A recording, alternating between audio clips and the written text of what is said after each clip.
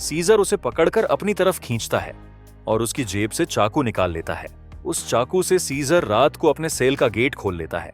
उसके बाद वो सेल से निकलकर चुपके से छत के रास्ते से होते हुए सीधा विल के घर पहुंच जाता है, जहां पर उसे वो नई दवा मिल जाती है जो विल ने अल्जाइमर के नए पेशेंट्स के लिए बनाई थी। और अब इस दवा को लेकर वापस वो उसी जगह आ जाता है जहां पर बाकी चिंपैंजीज को कैद किया गया है और वहां पर उस दवा को खोल देता है, जिससे सारी की सारी गैस चिंपैंजीज इनहेल कर लेते हैं। जिसके बाद सब के सब चिंपैंजीज सीजर की तरह इंटेलिजेंट हो जाते हैं। उनके अंदर सोचने समझने की शक्ति आ जाती है और वो ऐसा करने में कामयाब हो गया। फतेह में एक ब्रिज आता है जहां पर पुलिस उनका रास्ता रोक लेती है और इसके बाद चिंपैंजीज और पुलिस के बीच में एक बहुत बड़ी फाइट होती है। हालांकि सीजर का मकसद इंसानों को चोट पहुंचाना नहीं था, बल्कि अपने चिंपैंजी भाइयों को आजाद करके उन्हें रेडवुड जंगल तक पहुंचाना था। और जब सीजर को नुकसान पहुंचने वाला होता है तो तभी वहां पर एक गोरिल्ला हेलीकॉप्टर के ऊपर कूद जाता है और हेलीकॉप्टर को क्रैश कर देता है, जिससे उसकी जान चली जाती है। और तभी वहां पर कोबा नामी चिंपैंजी आता है। कोबा वही चिंपैंजी है जिसकी बॉडी पर लैब में एक्सपेरिमेंट किया गया था, जो उस आदमी को मार देता है जो हेलीकॉप्टर से उन पर गोलियां चला रहा था। यहाँ जब एक गोरिल्ला पुलिस वाले को चीरने वाला था तब सीजर उसे रोक लेता है, क्योंकि सीजर पुलिस वालों को रोकना चाहता था, उन्हें मारना नहीं। अब ये सब के सब ब्रिज को क्रॉस कर रेडवुड पार्क पहुंच जाते हैं। कहानी की शुरुआत में हम विल नाम के एक साइंटिस्ट को देखते हैं जो अल्जाइमर नामी बीमारी का इलाज ढूंढ रहा था, क्योंकि उनके पिता भी अल्जाइमर बीमारी के शिकार थे। विल का उसके पिता के अलावा इस दुनिया में और कोई नहीं था, इसीलिए वो हर हाल में अल्जाइमर नामी बीमारी की दवा बनाना चाहता था। अल्जाइमर एक ऐसी बीमारी है जिसमें धीरे धीरे मरीज की याददाश्त कमजोर होने लगती है और एंड में वो इंसान अपना नाम तक भूल जाता है। विल दिन रात मेहनत करके फाइनली एक दवा बना लेता है, लेकिन सबसे पहले इंसान पर इस दवा को टेस्ट करना एक रिस्की काम था, इसीलिए ये दवा सबसे पहले एक फीमेल चिंपैंजी पर टेस्ट किया जाता है और जो रिजल्ट सामने आया उसने सबको हिलाकर रख दिया। इस दवा से वो फीमेल चिंपैंजी बहुत ज्यादा इंटेलिजेंट हो जाती है और अब वो इस दवा को इंसानों पर इस्तेमाल करना चाहता है। विल सबसे पहले ये बात अपने सीनियर को बताता है और उसके बाद बोर्ड ऑफ मेंबर्स की एक मीटिंग रखी जाती है जहां पर वो अपनी प्रेजेंटेशन दे रहा होता है। विल की इस नई दवा से सब के सब बहुत खुश होते हैं क्योंकि इसके रिजल्ट्स बहुत ज्यादा पॉजिटिव थे। विल की प्रेजेंटेशन के दौरान दूसरी तरफ उस फीमेल चिंपैंजी को दिखाया जाता है जिसके ऊपर विल की दवा को इस्तेमाल किया गया था। वहां पर एक वर्कर आता है जो उसे वहां से दूसरी जगह शिफ्ट करना चाहता है। वो उस जगह से दूसरी जगह शिफ्ट नहीं होना चाहती थी। जब वर्कर जबरदस्ती करता है तो उस चिंपैंजी को बहुत गुस्सा आता है। वो उस वर्कर का हाथ पकड़ लेती है और उसके बाद वहां से निकलकर चारों तरफ तोड़ फोड़ करना शुरू कर देती है और उस जगह पहुंच जाती है जहां पर बोर्ड ऑफ मेंबर्स की मीटिंग चल रही होती है। यहाँ पर विल चाहकर भी उसे कंट्रोल नहीं कर पाता, इसीलिए इस चिंपैंजी को गोली मारनी पड़ती है, जिससे उस चिंपैंजी की मौके पर ही मौत हो गई। इस हादसे के बाद बोर्ड के मेंबर्स ने ये माना कि विल की दवा की वजह से ये चिंपैंजी अग्रेसिव हो गई थी और अब चिंपैंजी की मौत के साथ साथ विल का ये पूरा का पूरा एक्सपेरिमेंट भी पूरी तरह से खत्म हो गया है। बोर्ड के मेंबर्स ने लैब में रखे सारे चिंपैंजी को मारने का हुक्म दिया क्योंकि उन पर भी विल की बनाई हुई दवा का इस्तेमाल किया गया था। हालांकि विल अपने बॉस को कन्विंस करने की कोशिश करता है कि मेरी दवा में कोई प्रॉब्लम नहीं है, लेकिन उसका बॉस साफ साफ मना कर देता है। विल की 5 सालों की एक्सपेरिमेंट अब जाया हो गई थी। वो अंदर लैब की तरफ जाता है, तभी उसके पास लैब का केयर टेकर आता है और उसे बताता है कि आपकी दवा में कोई भी प्रॉब्लम नहीं है। दरअसल चिंपैंजी एक बच्चे को जन्म दिया था, जिस वजह से वो गुस्से में आ गई थी क्योंकि उसे वहां से शिफ्ट किया जा रहा था और अब विल को पूरी बात समझ में आ जाती है। वो वर्कर उसे कहता है कि मैंने बॉस के कहने पर उन सारे चिंपैंजी को मार दिया और उस बच्चे को नहीं मार पाया जो अभी अभी पैदा हुआ है। उसके बाद विल बिना किसी को बताए चुपके से उस बच्चे को अपने घर ले आता है जहाँ पर विल के फादर भी होते हैं और यहाँ पर हमें दिखाया जाता है कि ये चिंपैंजी का बच्चा छोटा तो है लेकिन उसका दिमाग इंसानों की तरह तेज है और विल के पिता उसे नाम देते हैं सीजर। धीरे धीरे 3 साल बीत जाते हैं और अब वो चिंपैंजी का बच्चा जिसका नाम सीजर है वो बहुत ज्यादा स्मार्ट हो चुका है। वो पढ़ सकता है, गेम्स खेलता है और बिल्कुल इंसानों की तरह हर एक काम को करता है। बस वो सिर्फ सिर्फ एक चीज नहीं कर सकता और वो है इंसानों की तरह बोलना। पर वो इंसानों की बातचीत को अच्छी तरह से समझ सकता है। वहीं विल के पिता को दिखाया जाता है जिनकी अल्जाइमर बीमारी की वजह से दिमागी हालत काफी ज्यादा खराब हो चुकी है, यहाँ तक कि उनकी नर्स भी उनका ध्यान रखने से मना कर देती है। वो विल से कहती है कि तुम्हारे पिता को अब हॉस्पिटल की जरूरत है, घर पर उनका टेक केयर नहीं किया जा सकता। विल अपने पिता की हालत देखकर उसे बहुत दुख होता है और अगले दिन जब वो लैब में जाता है तो चुपके से उस दवा को लेकर आता है जो उसने सीजर की मॉम को और बाकी चिंपैंजीज को दी थी, और ये दफा उसने स्पेशली अपने पिता के अल्जाइमर बीमारी के लिए बनाई थी। वो जानता था कि उसके पिता का बचना अब नामुमकिन है, इसीलिए वो ये रिस्क लेता है और अपने पिता को अल्जाइमर की वो दवा इंजेक्ट कर देता है। विल के पिता पहले इंसान होते हैं जिनके ऊपर इस अल्जाइमर की दवा को यूज किया जाता है। विल रात भर सो नहीं पाता क्योंकि उसे डर लगता है कि कहीं उसके पिता को कुछ हो ना जाए। और अगली सुबह विल देखता है कि उसके पिता पियानो बजा रहे हैं। वो पूरी तरह से ठीक हो चुके हैं। विल ये देखकर बहुत खुश होता है, यानी उसकी दवा ने उसके पिता को पूरी तरह से ठीक कर दिया। ओके, वहीं हमें सीजर को दिखार यहां पर आया तो मैं इसे मार दूंगा। यहां पर सीजर के पैर पर चोट लग गई होती है, इसलिए विल उसे डॉक्टर कैरोलिन के पास ले जाता है। और जब कैरोलिन उसका इलाज करती है तो उसे पता चलता है कि यह बहुत ज्यादा इंटेलिजेंट है, क्योंकि सीजर विल से इशारों में बात कर रहा होता है। जल्द ही विल और डॉक्टर कैरोलिन की आपस में दोस्ती हो जाती है। कैरोलिन को सीजर बहुत पसंद आ जाता है, इसीलिए वह विल के घर आना शुरू कर देती है, जहां उसे पता चलता है कि सीजर हमेशा घर पर रहता है, उसे बाहर नहीं ले जाया जाता। इसीलिए सीजर हमेशा खिड़की से बाहर देखता रहता है। कैरोलिन विल से कहती है कि हमें उसे बाहर ले जाना चाहिए। विल को यह आइडिया पसंद आया और अगले दिन विल और कैरोलिन सीजर को पास के एक जंगल में ले गए जिसका नाम रेडवुड है। वह खूबसूरत जंगल सीजर के लिए किसी जन्नत से कम नहीं था। सीजर को यह जगह बहुत पसंद आई और इसी तरह से 2 साल और बीत जाते हैं। अब विल और कैरोलिन एक दूसरे के साथ रिलेशनशिप में आ चुके हैं। एक दिन जब ये लोग रेडवुड जंगल में होते हैं तो वहां एक फैमिली आती है जिनके पास एक डॉग होता है जिसके गले में पट्टा बांधा गया होता है। वह डॉग सीजर पर भौंकने लग जाता है, जिसे देखकर सीजर बहुत ज्यादा मायूस हो जाता है। सीजर इसलिए मायूस नहीं होता कि डॉग ने उस पर भौंका, बल्कि वह डॉग के गले में पट्टा देख लेता है, और पट्टा तो उसके गले में भी विल ने बांधा था। वह विल से इशारे में पूछता है, क्या मैं तुम्हारा कोई पालतू जानवर हूँ? जिस पर विल जवाब देता है, तुम मेरे बेटे हो। पर सीजर अब समझदार हो चुका था। वह अपने बारे में जानना चाहता था कि वह कौन है और कहाँ से आया है। इसीलिए विल सीजर को अपनी लैब के बाहर ले जाता है और बताता है कि तुम्हारी मॉम यहाँ पर थी। हमने उसके ऊपर एक दवा का इस्तेमाल किया था और उसी दवा की वजह से आज तुम इतने ज्यादा इंटेलिजेंट हो। तो विल के पिता का गाड़ी चलाने का मूड हो जाता है,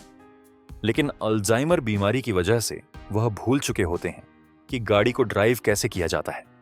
जब वह कार स्टार्ट करता है तो उसे कार कंट्रोल नहीं हो पाती, इसलिए वह सीधा जाकर अपने पड़ोसी की गाड़ी को टक्कर मार देता है। पड़ोसी जब यह सब कुछ देखता है तो वह जल्दी से बाहर आ जाता है। ये वही पड़ोसी है जिसने कुछ साल पहले सीजर को मारा था, और अब वह विल के पिता को कॉलर से पकड़कर गाड़ी से बाहर निकालता है, उन्हें मारने लगता है। अभी अचानक खिड़की से सीजर की नजर उन पर पड़ती है, और जब वह देखता है कि उनका पड़ोसी विल के पिता को मार रहा है तो वह अपने आप को कंट्रोल नहीं कर पाता। वह बाहर आता है और उस पर हमला कर देता है। सीजर इतना गुस्से में आ गया होता है कि वह उस पड़ोसी की उंगली काट लेता है, जिसके बाद उनका पड़ोसी विल के चिंपैंजी सीजर पर कोर्ट में केस करता है। इसीलिए कोर्ट यह फैसला करती है कि अब सीजर को घर पर नहीं रखा जा सकता। तब यहाँ एनिमल कंट्रोल टीम आती है और वह सीजर को उस जगह ले जाते हैं जहाँ पर और भी चिंपैंजीज रहते हैं। सीजर को लगा कि वह यहाँ घूमने के लिए आया है, इसीलिए वह एक्टिविटी हॉल को देखकर खुश था, लेकिन उसे पता नहीं था कि अब वह यहाँ हमेशा के लिए कैद रहने वाला है। सीजर जब विल को यहाँ से जाते देखता है तो वह उसके पास दौड़ कर आता है। सीजर उस जगह में कैद हो चुका था और शीशे के दूसरी ओर से इशारे करने लगा कि मुझे भी अपने साथ ले चलो, लेकिन विल मजबूर है और वह कहता है कि तुम्हें अब यहीं पर रहना होगा। इस बात से सीजर को बहुत दुख होता है और विल उसे यहीं पर छोड़कर चला जाता है।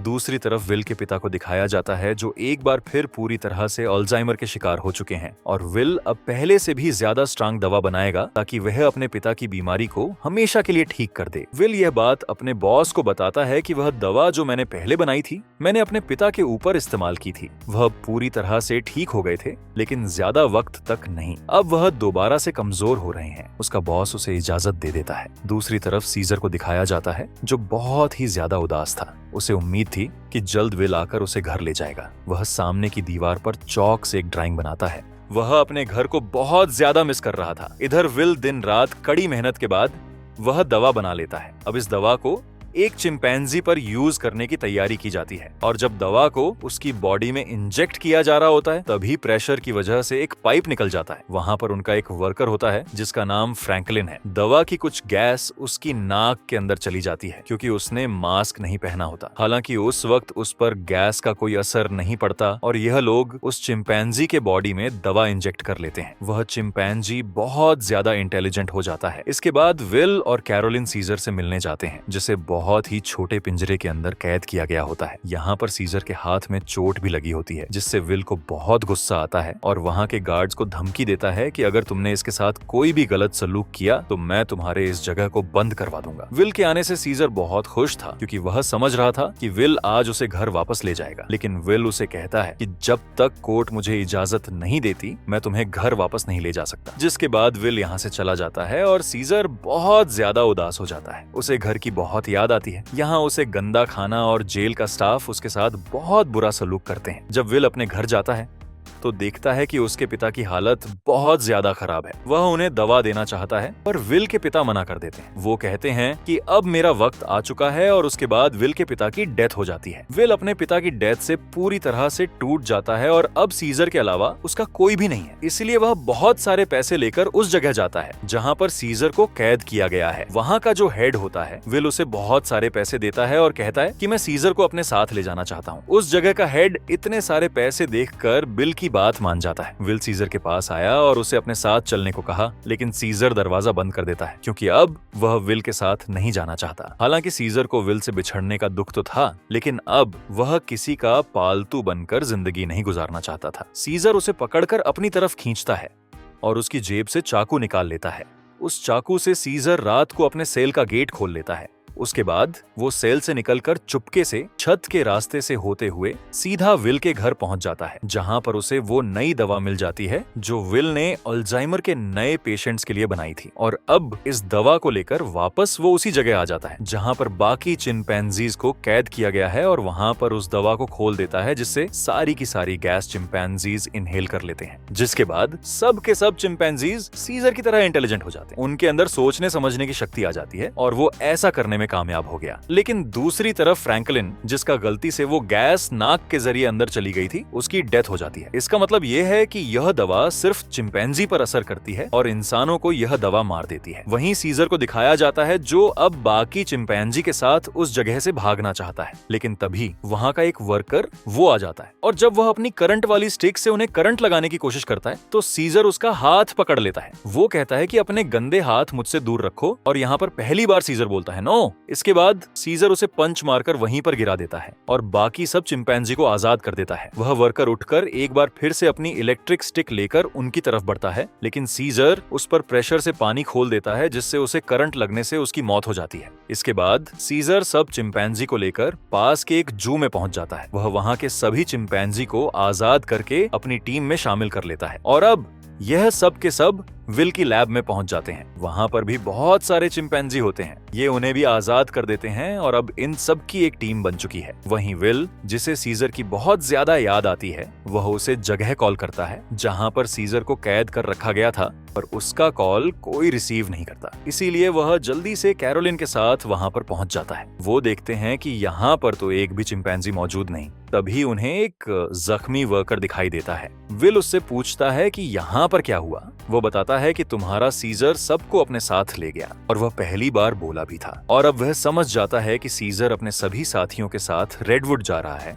जहां पर बचपन में उसे ले जाया करता था। सीजर शहर के रास्ते से अपने साथियों के साथ आगे की तरफ बढ़ रहा होता है, जहां पर पुलिस उनका रास्ता रोक लेती है और इसके बाद चिंपैंजीज और पुलिस के बीच में एक बहुत बड़ी फाइट होती है। हालांकि सीजर का मकसद इंसानों को चोट पहुंचाना नहीं था, बल्कि अपने चिंपैंजी भाइयों को आजाद करके उन्हें रेडवुड जंगल तक पहुंचाना था। उनके ऊपर जब सीजर को नुकसान पहुंचने वाला होता है तो तभी वहां पर एक गोरिल्ला हेलीकॉप्टर के ऊपर कूद जाता है और हेलीकॉप्टर को क्रैश कर देता है, जिससे उसकी जान चली जाती है। और तभी वहां पर कोबा नामी चिंपैंजी आता है। कोबा वही चिंपैंजी है जिसकी बॉडी पर लैब में एक्सपेरिमेंट किया गया था, जो उस आदमी को मार देता है जो हेलीकॉप्टर से उन पर गोलियां चला रहा था।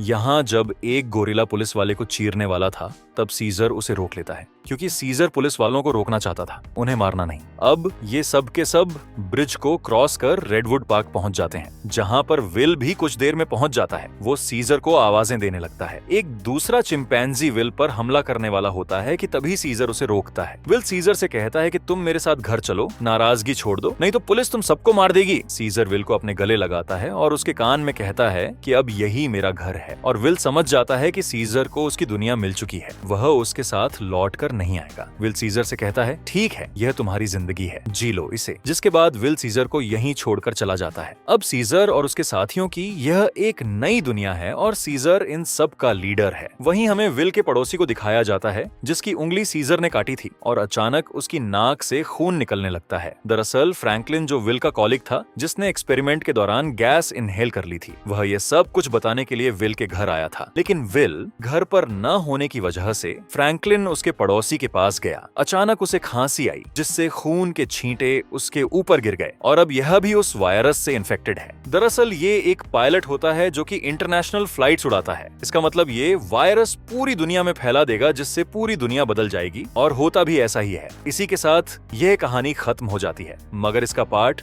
2 भी है। अगर आपको यह चैनल मूवी मिनट्स हिंदी अच्छा लगा हो तो चैनल को सब्सक्राइब और वीडियो को लाइक जरूर कीजिएगा। इससे मुझे और वीडियो बनाने की प्रेरणा मिलती है। पार्ट 2 के लिए आपको कमेंट में पार्ट 2 लिखना होगा। आपका समय अच्छा बीते।